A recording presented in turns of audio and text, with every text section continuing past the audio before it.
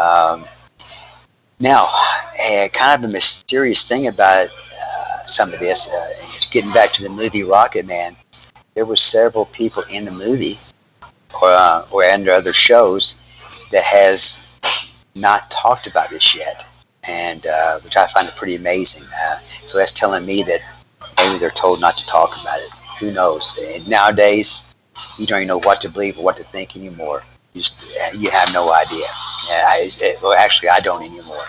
But anyway, we think the movie's going to get a big boost again once the TV show starts airing. And we were told originally it would have started airing August of last year. We was really looking forward to that because we had a big marketing push plan for the end of the year. So, and I want to remind everyone again, we've got the new coloring books came out, the Mad Mike and Stunt Bunny coloring books. Yeah, we've got I think I got like 50 of these left.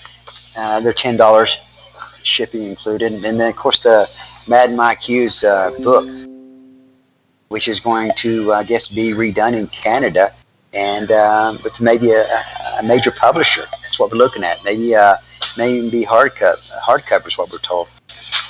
Okay, and this is from Brother Ernest. Brother Ernest is the one that took my old design that came from England and redid some of the colors, and now we've got a bunch of white shirts, and this color is infused into the t-shirts, and of course they're all packaged like this, and these are like $20 and I think $2 shipping and handling. And of course anyone that's shipped anything lately knows that all that stuff's got all jacked up, the prices and everything. And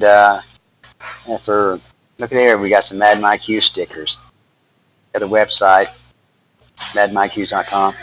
So we've got that going for us. Now, we're waiting for IPS to call in. I think you should be calling in about any time if you can get through on that number. If not, he's going to have to call me on my cell phone. Actually, we had a couple of things last week. We never, when IPS and I start talking, it's we look up and it's 30 or 45 minutes later, either when we're on the air here or thank you for calling at my house, right.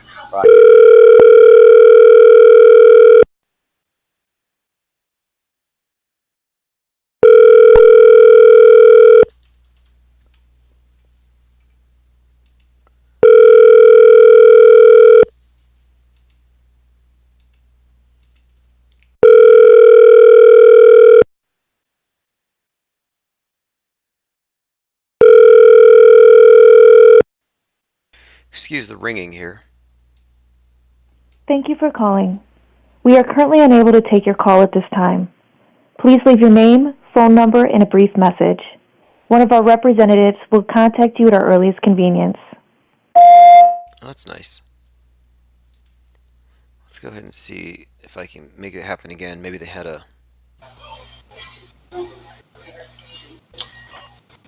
Yeah, I'm still getting some feedback, Rick, but...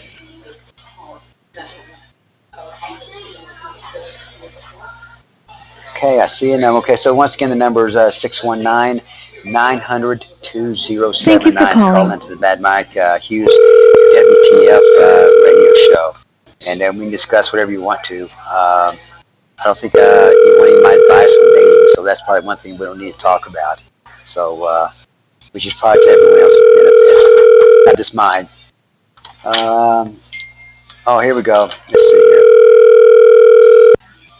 I tried calling. Okay, it's the same thing. Rick, IPS tried calling. We're having trouble. Yeah. Thank you for calling. We are currently unable to take... have him call in on this number again. Well, wait a second.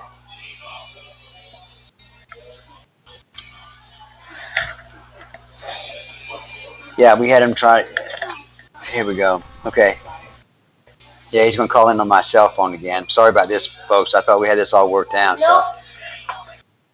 Oh, and hey, we're still in the restaurant, so people's eating around where I'm doing the radio show. Yeah, who cares? Hello, how are you? Hey, what's up, Mike? Yeah, sounds like you're at a restaurant. Is that IPS? Yeah, this is IPS. So, where are you at? Cafe 24/7? How are you, buddy? Oh, I'm doing great. Can you hear me okay? Okay, can you hear everything? I got everything turned up as loud as possible. No, we're good to go. We're good to go. Oh, good. Okay, you're clear now. Initially, you wasn't, so I'm sorry. I guess there's still bugs in the new system. I don't know. I'm not in control of that. So we have I've just not really touched it too much on Flat Earth. Just mostly TV stuff right now. And the movie deal, how we came out. We wound up with 45% of the votes in that, which is not too bad. I guess for a worldwide competition, huh? But there's been some things happened this week, and I guess everything from Flat Earth to mice on rocket engines, huh? Yeah, okay, the Mousegate thing. So I ran that by a few different people. And the thing is, okay, so we're talking about Mousegate. It looks like some type of a rat on the rocket engine, even though it's in space. But I talked to someone who knows about rockets, and they said, well, that engine is 4 feet diameter. So if there is a mouse on the engine, it would have to be huge. Oh, interesting. Well, plus the temperature of that rocket engine, I don't know, maybe the mouse had insulated socks on. I don't know. Yeah, exactly. It's an impossibility. But the thing is, I mean, I'm trying to figure it out. It's one of two things. CGI or just a miracle that some ice formed into the shape of a mouse. I mean, what's more likely to you? Tampering with the video? Or do you think that was a piece of ice that managed to form into the shape of a mouse? I'm just wondering, when this came, in fact, you're the one who brought it to my attention. After the whole Tesla Roadster in space with Starman, they're playing music, the top's down, and I'm thinking if people's buying that, and maybe that was a test balloon, maybe. How many people would buy that? So now I think it's just got everything in our lives is so absurd that this is just one more absurd thing to me. Just one more thing. Yeah, you know what? That makes a lot of sense to me, and I thought the same thing. When that car was sent into space, it already, to me, seemed unbelievable, and people just went along with it like it was perfectly normal, but I thought it was very cartoonish. Yeah, to say the least. But and you gotta realize, my first question was, how did they release that from the ship or fuselage itself? Okay, which direction, what trajectory angle, what speed, and everything else. How did that happen? It's just like when they release supposedly all these satellites. They say, well, we just released 6 or 10 or 20 or whatever, and there's not really any pictures of that. But that's some stuff other people cover also. But Well, on the car, in particular on the car, though, here's what confuses me. Like, I can understand their logic when they say the space station keeps its belly to the Earth because it's bouncing off our atmosphere. But the car was so far out, like 10 times further than the space station, I don't understand how it managed to stay so level with no tilting. Well, that's kind of been my perception since day one. How did it keep them tumbling and the tires stay aired up and all kinds of things? But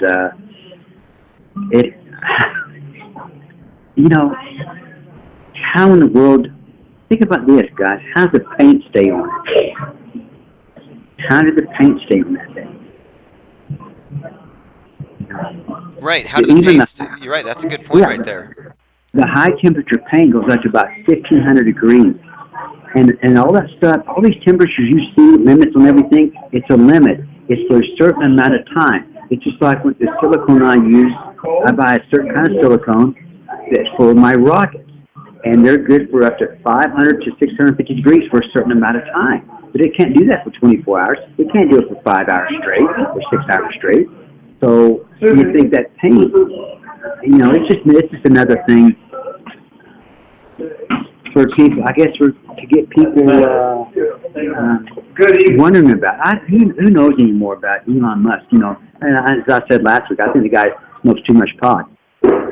You know what? I kind of think so too. It's admitted he was having issues with Ambien, and when I saw him, he was on a stage in China celebrating his Tesla, I think Model 3 or something, and he gets into a little dance on the stage, completely uncoordinated, and he throws his jacket on the ground.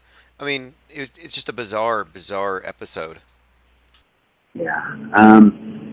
I really think that guy wakes up in a different world every day. And honestly, I think at this point in his life, he believes his own press releases, which is dangerous to anybody. Oh, He's believing all the yes. stuff written about.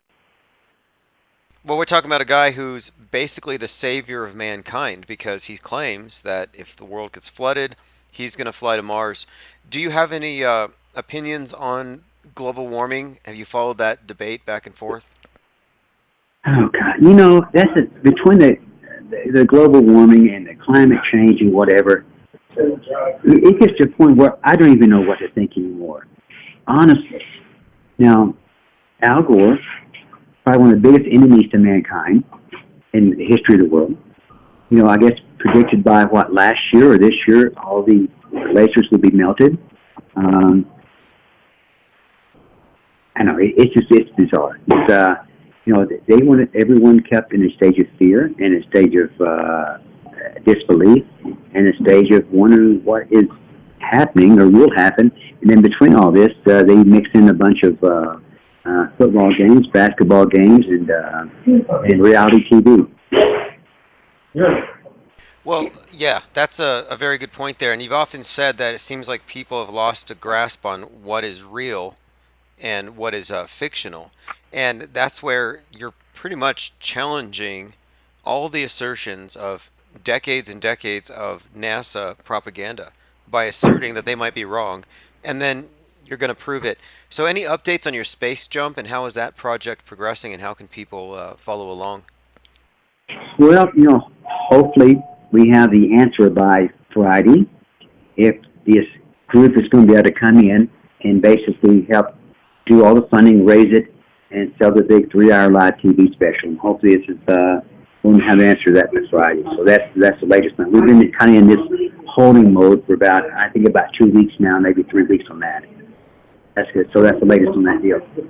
Well, one thing I like about what you're doing and your approach is you're not polarizing. You're not attacking people because they don't agree with you. You're saying, let's see for ourselves.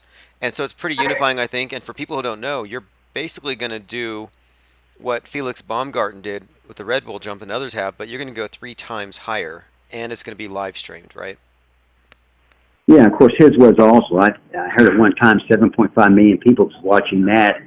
At least that's something I had read at one time. So yeah, I think it's going to be an incredible event. And of course, if it goes live, it'll be a worldwide live TV special that will be unmatched. So if and I think I know. This is the event that it's going to take to do just like flipping a light switch, and that's what's going to do to people's mind and attitude about flat Earth or the globe Earth or reality itself. And you need that kind of moment. This is what I keep telling people, and I'm not putting down all these weather balloons going up 100,000 feet or these kids putting these GoPros on it or whatever, but close. This is not going to really change anything. It's really not. There's been enough weather balloons go up. There's been enough other videos of the aircraft that went up to 80,000 feet, and it's got a concave, and it goes to flat to whatever in the back of the airplane. That stuff, and the laser experiments, I don't know. It's just not going to be the tipping point. Now, there was a gentleman over in Europe that went from mountaintops, and we talked about this once, I think, off the air, where he triangulated 3 or 4 mountaintops, what their height was and everything else, and that was amazing what he did, and that made total sense to me. Now, something that someone else is doing that, which I thought was brilliant, and that is they're trying to measure the bottom of these oceans and how all these oceans line up as far as not only say height, but as far as the depth of the ocean and the depth of the floor in these certain areas of the world. I thought that's a brilliant way to look at this thing also. So I love when people think outside the box and they take things in their own hands and they try to prove prove or disprove or something. but they're thinking. That's what, and I like that. I really do. Yeah, exactly. That's pretty much what we need here because what we have are thinkers and followers, and the majority of followers in flat Earth have basically walked themselves into a trap where now it's just a big community that gets made fun of on TV, and there's no leaders. There's no one taking any actions, and they seem to shun those that do, such as yourself, exploring again, and even the Infinite Plane Society channel is something of a pariah because they see us as agitators because we want answers. We don't want community first. Yeah, well, the time for all these debates is gone. No debate of any kind is going to flip the switch. And then once again, you've got to have the tipping point, and that's what we're going to have. And that's what's going to be the defining moment of the flat Earth. And I am the guy that can supply that, along with my team and the designer of the project, my buddy Waldo.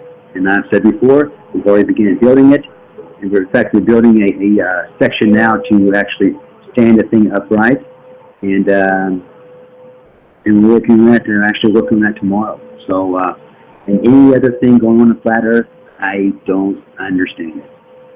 So you're talking about the capsule? Do you mean that the space jump capsule, you're setting that up so it stands vertically? Yeah. For in the display, it's going to be about 30-something feet tall from what we've measured, and then it will be hanging straight up from this device, and that will be also in the 4th episode of the show, Homemade Astronauts, along with my next launch. So yeah, it's pretty exciting to see that thing. I wish, but once again, the sad thing about all this is, if the community had got behind this, it could have already happened. Now, why would you not get behind this if you want the answers? Why would you not? Well, I don't know if you've seen it yet, but there was a guy who was at the Flat Earth Conference with Jimmy Kimmel, and all he did is he went around making fun of everybody, basically. So it's terrible to me that here they have a guy, and last time you were at the conference, but you're like, hey, I've got a plan. You've had your plan set since the first time we spoke was on a live streaming, and you had your plan day one, and you've been doing nothing but moving that plan forward. And it's like, wow, these guys need to wake up, or they're opposition, or they're just worthless in this regard. Yeah, I mean, it comes to a time. It's kind of like you got a bad girlfriend. You know what I mean? You can keep making all these excuses, but in the end of the day, you still got a bad girlfriend. Okay, and that's kind of what I look at most of these people. A lot of these people on flat Earth. Dude, what are you waiting on? You got a guy here and a team here can make this happen. And why are we talking about and not supporting it? It don't even make sense. There's supposedly 12 to 15 million people worldwide that believe in the flat Earth, or or just geocentric, or concave, or something other than the globe model. Why can't we all pull together and make one incredible event happen? It just don't even make sense to me. But if you've got people in this movement that are agents, that are here to disrupt this, or get as much media as they can, or people's not doing anything but doing interviews, and we know who those people are, and I don't even want to give them any more attention than that. Yeah. I have had it with all these people. They're to me they're worthless. They're worthless eaters. Okay, they're using natural resources I can use. Definitely a waste of a lot of oxygen. And I think you have a really strong point here too, is that there's millions of people. I mean, I was looking, this is unbelievable, but there was I think it was in the Philippines, there was a Flat Earth Society it's Indonesia's Flat Earth Society. Their leader had 270,000 YouTube subscribers, and they didn't have anything about the American Flat Earthers or any of the drama, just sticking to observations. That's a big channel, it's bigger than Jaron and Globebusters and Mark, whatever, all put together. And I'm like, wait, that's a lot of people. And those are the lot of people. And all we need to do is get them behind you. And one way to do it is to get them to watch your movie and to watch this TV show, Homemade Astronauts. And I got a commenter here, Portal Complex says, I bet they never expected a limo driver from Vegas to take down the fake space agencies. Well, what do you think of that? Yeah, it's well, it's going to be a team effort, that's for sure. It's not just me doing it, but this is no. I keep saying I'm the wild card. They never saw me coming. Not FECOR, not SEIC, not Genesis, not Truth Frequency Network, not any of these people. Certainly not Elon Musk saw me coming. Okay, now that I'm here, I kind of want to just move to the head of the pack because that's where I need to be. Honestly. Oh yeah, I mean, look, I seen you on Fox News. It was this summer where they took you on one of these shows that go kind of into like kooky territory, and you think that they could handle anything, and she had to cut you short because you started saying to people, "Yeah, the moon landing was fake, and the astronauts were a bunch of Masons."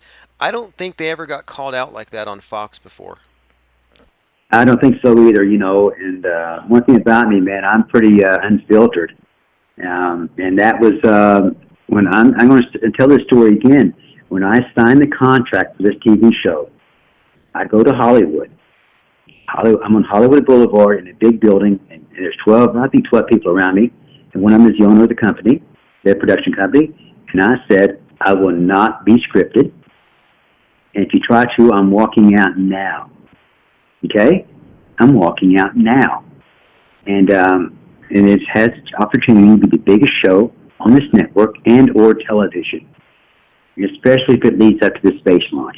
And people's eyeballs it got really quiet in there, and I don't care, but I'm going to say what I want to say, to who I want to say it and how I want to say it. And you either like it or not. So I just do not comprehend, why a large group of people is not just getting behind this and saying, "Hey, man, Michael, let's do this thing." But once again, I do comprehend that people are just overwhelmed with life, and I understand that. I mean, and it's easy to get that way. I don't care if it's traffic going to and from work, paying the bills and whatever. And pretty soon the day's gone. You're going, "Well, I didn't do half the stuff I wanted to do." I get it. I get that. But the thing is, if you want the answer, this is a tipping point. Nothing else is going to do it. Nothing else is going to do it, guys. You got to go up as far as you can, at least to what they call the edge of space, the recognized edge of space, whatever that may be. And well, this is going to be great timing. We're looking at an election year where they're investing billions of dollars into getting the attention of the public to vote, and they don't like competition for attention. And here you come along, and what you're suggesting, if you're successful in the whole stunt and you make a major, I don't know what you would call it, a major announcement. Hey, look, there's no curve. Who knows? It could be very disruptive.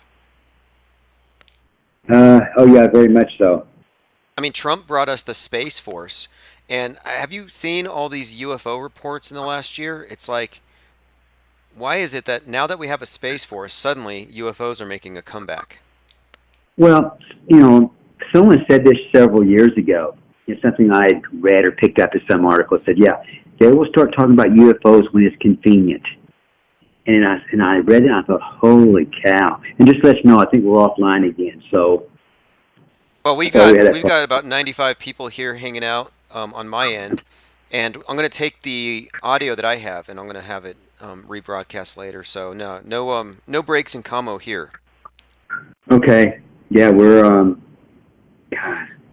Yeah. So anyway, I thought this was all fixed, but it's not. So anyway, yeah. So a couple other things I want to talk about is, of course, you and I both know I've had a problem with Flat Earth Reset. Okay, big problem. And he finally let up on me. I think he let up on you.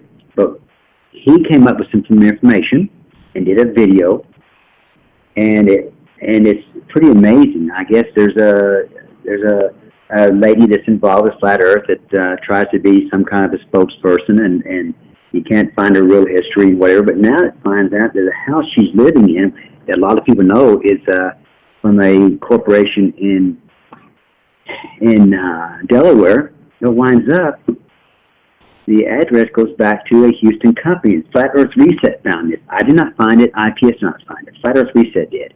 And it goes back to the Corporation of Landry's. And then this guy's worth all this money and all. And that's the guy, I guess.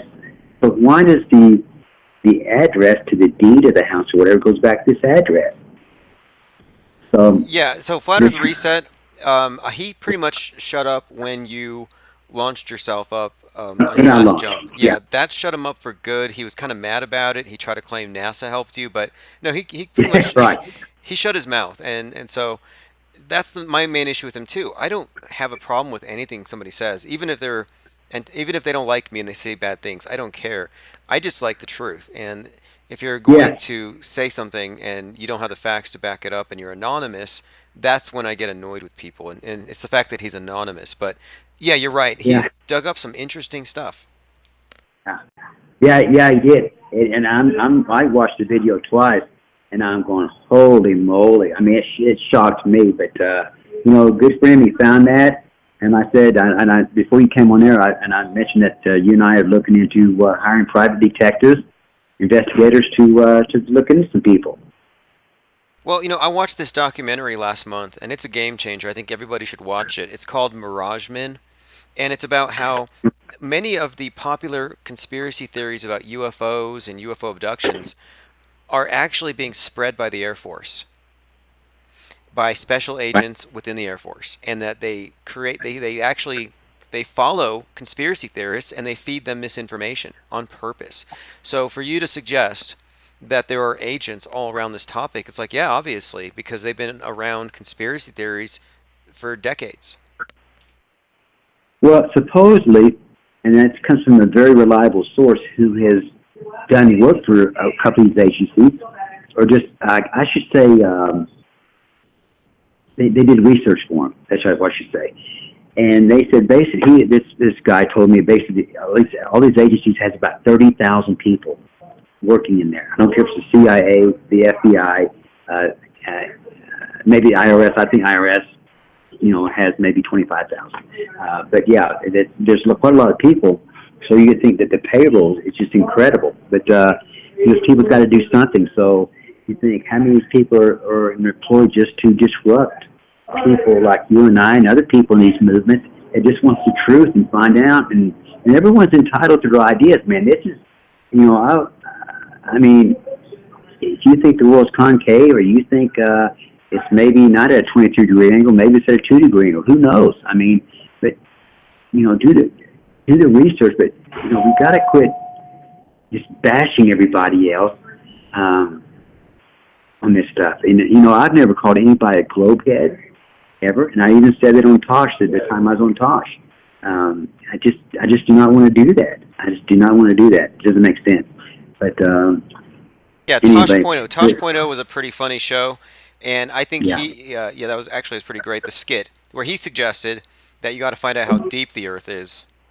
yeah. At the end, that was pretty. Yeah, that was kind of, I didn't know that was going to happen until I showed up that day. I mean, basically, the only thing I was told, I was given 3 lines. That's all and everything else came out of my mouth was just from what I felt like saying. So basically, that was, that skit was done behind the studio there, and they already had the, what's that digger thing that they had that digs a hole? It was there and the whole bit. Yeah, it was a funny skit. And, I had a good time doing it. I'm telling you, man, I thought, that guy is so funny, I thought I was going to have an aneurysm. That's how serious it got at one time. I was laughing so hard. Yeah. Oh yeah, Tosh is a nut. The guy's funny, and I'm hoping he gets you back on. Hey, got a commenter here. Conscious Daughter says, put a drawing of a mouse in a spacesuit on the side of his rocket about your next rocket. Oh, that's a pretty good idea, isn't it? Yeah, that's a good idea. We're still offline here. We are still offline. I got more I people. don't know. More people are piling in here on my end. So Okay, yeah. If you got questions or whatever, the other there's 2 other things I want to touch base on. Has to do with the flat Earth. And it looks like Robbie Davison has stepped down, or they're selling FEIC, that corporation or whatever. I didn't know it was even a corporation. I just thought it was the name of the conferences, but I guess it's for sale. Kind of weird, isn't it? What's your thoughts on that? That's interesting. I mean, he destroyed the brand, and now he wants to sell it. I mean, it's a wrecked car, if you ask me. Yeah, it's already been a demolition derby. Now you want to get the wholesale for it. Yeah, I don't want that jalopy. It's got swastikas painted all over it, and it reeks. I mean, no Yeah. thanks. So one other thing that came up, the last week or so, is the Eric Dubay interview, and I cannot remember or recall who did the interview. I remember seeing it, and I actually sent it to you. And he mentions, of course, Madden Mike Hughes is 1,800 feet, and kind of make a joke of it. And I'm thinking, Eric, I think you got to answer to me now, buddy. If you was a true flat earther and wanted to find the answer, the definite answer, that what I call the tipping point, you would have said, hey, this guy is going to build this thing to go up, build a new craft to go up to the edge of space, he's got a TV show. Why would you not say that? It's just some smart ass remark, So now that he's on my shit list now too, okay? He's going to redeem himself, but now we're going to put a private investigator after him. We're going to find out where he's living in Washington, D.C. and everything else. If this guy's got a back speeding ticket, I'm going to find it. Yeah, I find that to be very peculiar how he's tried to claim that he's basically the Jesus Christ of flat earth and everybody needs to listen to him. But he's out of touch, he's aloof, he doesn't like Jewish people, and on top of it all, he's like 2 years behind on the news cycle because 2 years ago, the Washington Post put out that piece saying that you wanted to prove the earth was flat by going 2,000 feet up, which you never said. Yeah. And so Never said it. he's responding to that initial misinformation. And I'm like, how out of touch can the guy be? I mean, is it that good in Thailand where he's just, I don't know, not even really here? I don't know. And of course, you thought he's in Dubai now. Do you think that's a possibility? Yeah, anything with this guy, I find it really fishy because we do know he's operating under an alias, Jay DeCaspi, and it's not just the name. He actually uses the photos of a Los Angeles underwear model. And Eric Dubay's biggest fan, Jay DeCaspi, is actually Eric Dubay. So I'm like, he can't even be up front where he's got to use a sock puppet account to interact with people. And the strangest thing about this thing, if you look into it, this Jay DeCaspi character gets into mainstream media articles by magazines like Forbes and talks about going to Antarctica. And it's not even a real person. So what do you make of that? Yeah, I don't know. Has he done a bunch of research? Yes. Is he a good speaker? Yes. He does great video. He's very well spoken. And you can tell the guy, he's a bright guy, okay? But it comes to a point, you said all you can say. It's just like everybody else. I don't care if you're Globebusters or who you are. And Rob Skiba, that's another one, man. How much can you add anything else that you didn't say a year ago or 2 years ago or whatever? And he's to that point. Eric Dubay, he maybe was to that point 2 years ago. But, I'd be interested in knowing if he was a member of the Flat Earth Society, which we did find out this week. A very, very prominent member of here in Flat Earth is a member since April of 2014. That was verified by Flat Earth Society. Yeah, next week I will provide a screenshot. Yeah, that's right. That's pretty clear there. And there's some other indications here. We have a video of Eric Dubay with his dad sitting on a couch on InfoWars speaking to Jason Burmis, who's been exposed as a 9/11 truth operative. So he's already in those circles, and I like to give people benefit of the doubt. However, like you said, if he's actually passionate about this thing and he wanted an answer, he would have backed you day one. He's got a big following. He would have said, hey, this guy's going to make the case. But no, instead, he's pushing mainstream media lies, which makes me think he's an agent. Wow. Yeah, I think, yeah. Okay, it looks like we're back online again. But anyway, yeah, it's hard to say with that guy. It really is. So you're thinking, and this is what I'm drawing, the conclusion I'm drawing now with Eric Dubay. And that is, this guy maybe is looking for a way to sell books.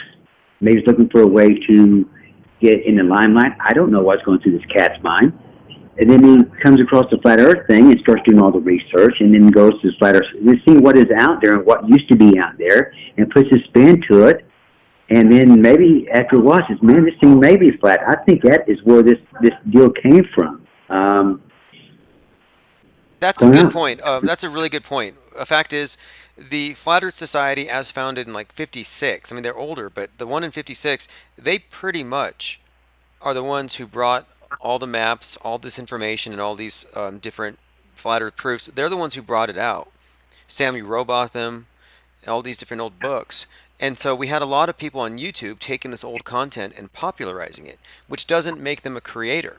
You got that guy, the MTV actor, Powerland, who says that he's the quote creator of Flat Earth and he's the only person who should rightfully talk about it. It's like, wait a minute. He claims to be a NASA whistleblower, and here you are challenging NASA, and he wants nothing to do with you. That doesn't make any sense yeah. either.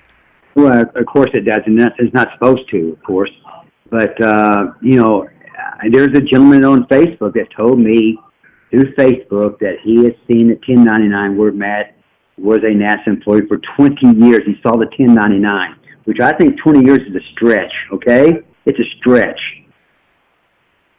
Yeah, 20 years, and moreover, they've been using digital artists more than traditional painting, at least for 10 or 15 years. So I don't really know that the guy has any sort of aptitude for digital art. So I kind of find that kind of hard to believe as well. And it doesn't comport with anything else. We're looking at, in my opinion, we're looking at actors who are hired to manage the public's opinions. Yeah, it kind of seems that way, but it's kind of like that with everything else, maybe. And it goes back to, some of the craziest stories I ever found was all the people that follow the Grateful Dead. And I know this has nothing to do with Flat Earth or whatever, but someone did research, and I guess Jerry Garcia and the other guy, is it Bob Weir, who's still alive? I guess their dad was SS soldiers or agents for the KGB, maybe? Really? Really? That's yeah, crazy fascinating. story. I mean, yes, it's fascinating. So you just don't know. You just don't know. So you don't know how long. I think we have been played like a banjo since day one, especially since after 1933. But and once the television came around, it's in every living room in this country. That has been magnified, of course, which is that's no brilliant statement from anybody, but it's just been a tool to, beside distraction, turn people to maybe another way of looking at things they normally wouldn't have if they wasn't watching TV. And by now, this is a joke, but it's not. I figured by now that we'd be living like the Jetsons, and we're still on Gilligan's Island. Yeah, that's good.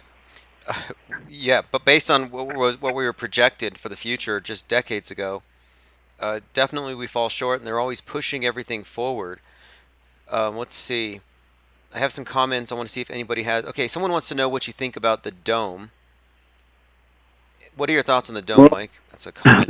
Once again on the dome, I believe, and this is just a belief, okay, that the Van Allen radiation belt is the firmament of the dome. And they had to come up with some kind of a way to, instead of saying the dome or firmament, so now it's a radiation belt, and you can't pass through it. That is kind of my thoughts on that.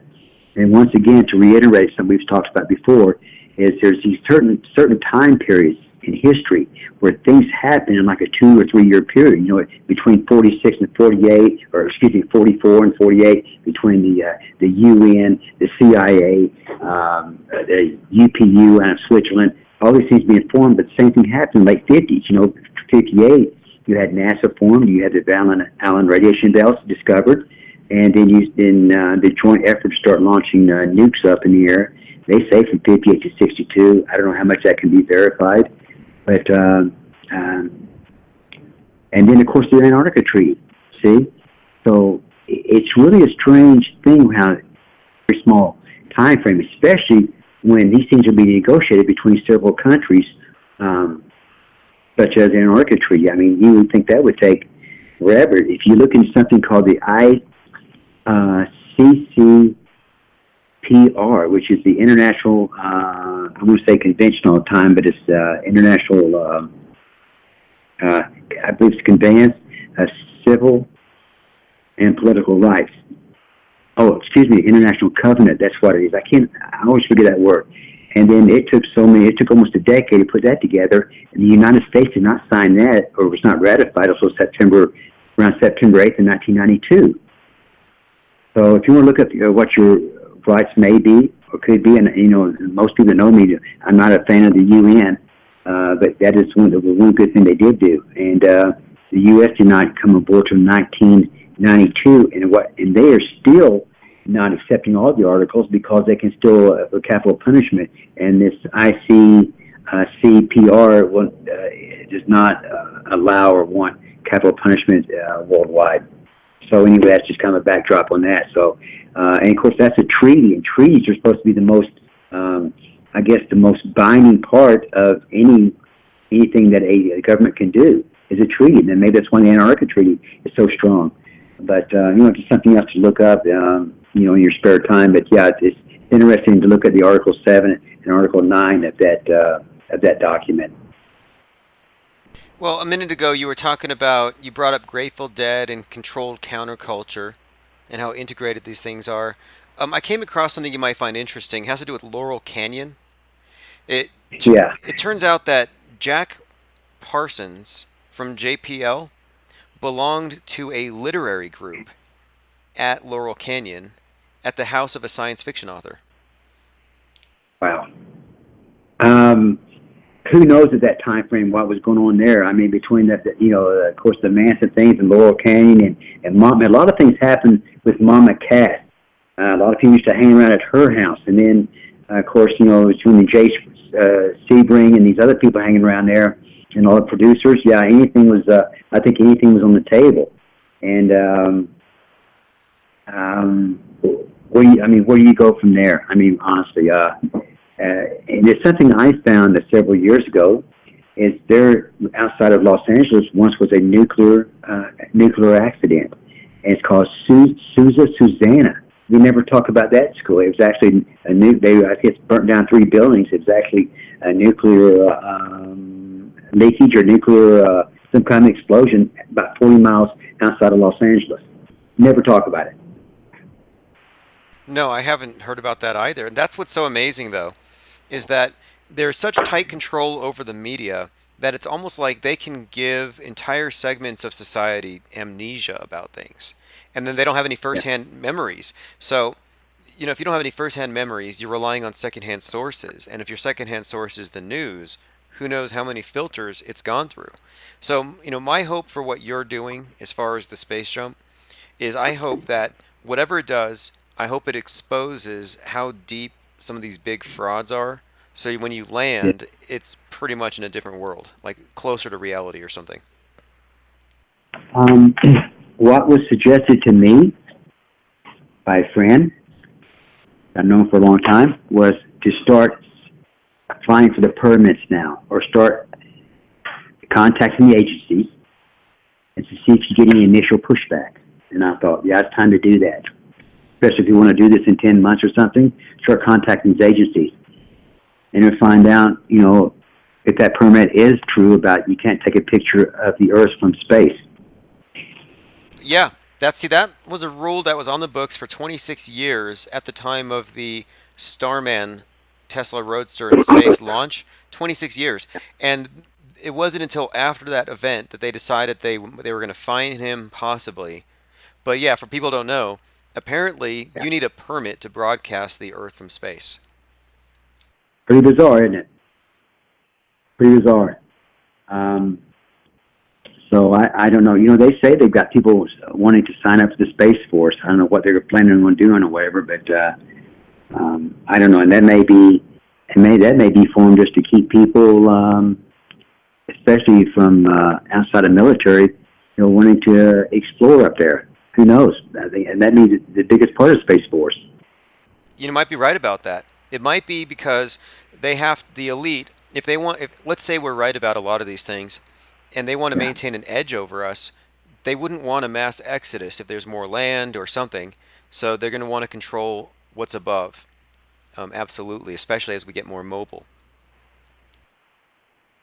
And I had before my first launch It's just a story I haven't told very often, and I'm never on this station or with you.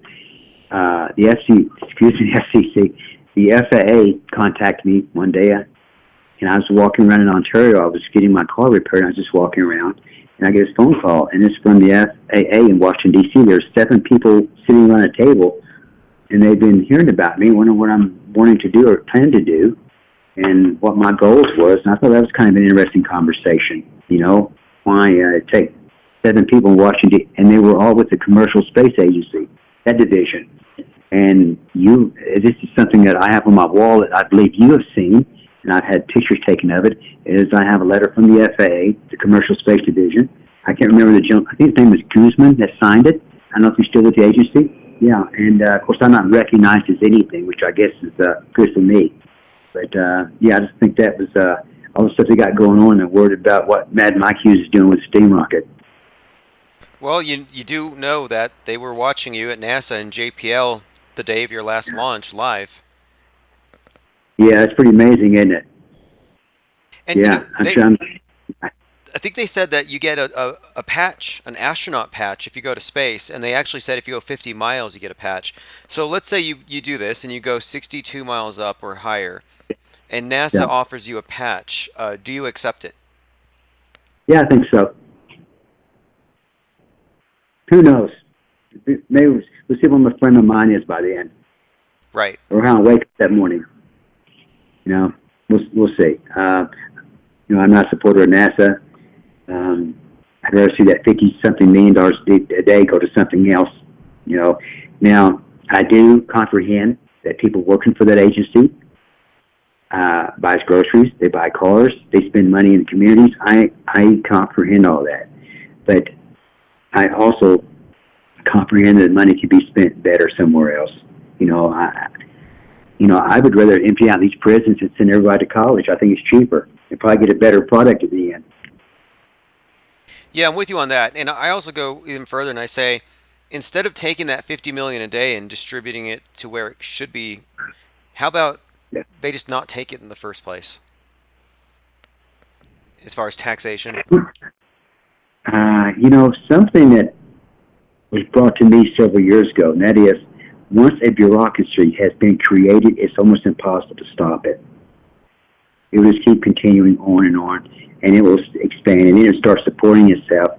And then, see, once you get people that their livelihood depends on that, it's tough for them to walk away from it, because now they got a mortgage, they got house payments, they got kids going to college, they got kids in school. So now it's tough to walk away from there. And this is something that goes back to his 11-minute speech by Joe Rogan about taking chances. He says a 40-year-old man can't take a chance if he's got a mortgage and 2 car payments and a kid kid in school. You can't afford to take that chance, but you can when you're 22 or 23 and you're single and no responsibilities. So, I guess that ties in some way. Yeah, and as far as taking chances go, you are pretty much the world's greatest daredevil. You've proved it with how many launches already. And then limo jumps.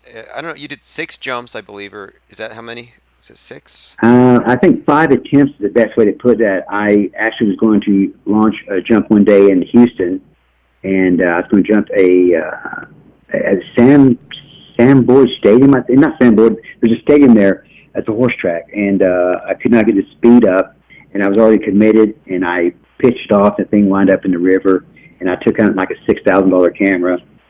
And in fact, I had to leave the trailer and limo there. They were both junk, and they fished me out like a fish.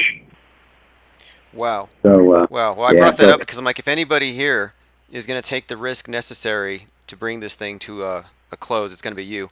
I'm going to go ahead and let you go here, Mike. I think you're up against your time. I think we got 1 minute left. So, thank you for calling in again. Thank you for, bringing your listeners. And, once again, people, IPS, we'll talk tomorrow. Okay, buddy? All right, and I'll send everybody to your site. Have a great night, Mike. Thank you. Okay, so there you go. That's Mad Mike Hughes. I just wanted to patch in. Okay, so we're down to 30 seconds of counting, I guess. So I want to thank everyone for tuning in. I don't know how long we was off air or offline. Hopefully we'll get that fixed again. Of course, I think I said that last week. But I want to thank everyone at 247 again for letting me do this, because I can't afford Wi-Fi at my house. and plus they feed me when I come here, so maybe it's another benefit for that. But and Lucerne Valley is about 15 miles from where I live in Apple Valley.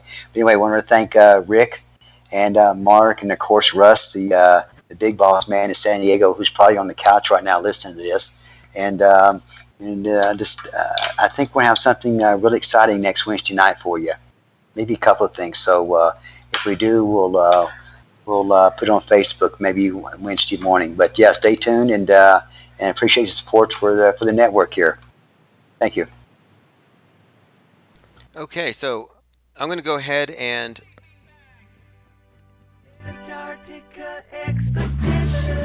this is Chief Crow. I'll be back soon. If you're on Patreon, you'll get a notification. Ladies and gentlemen, we are not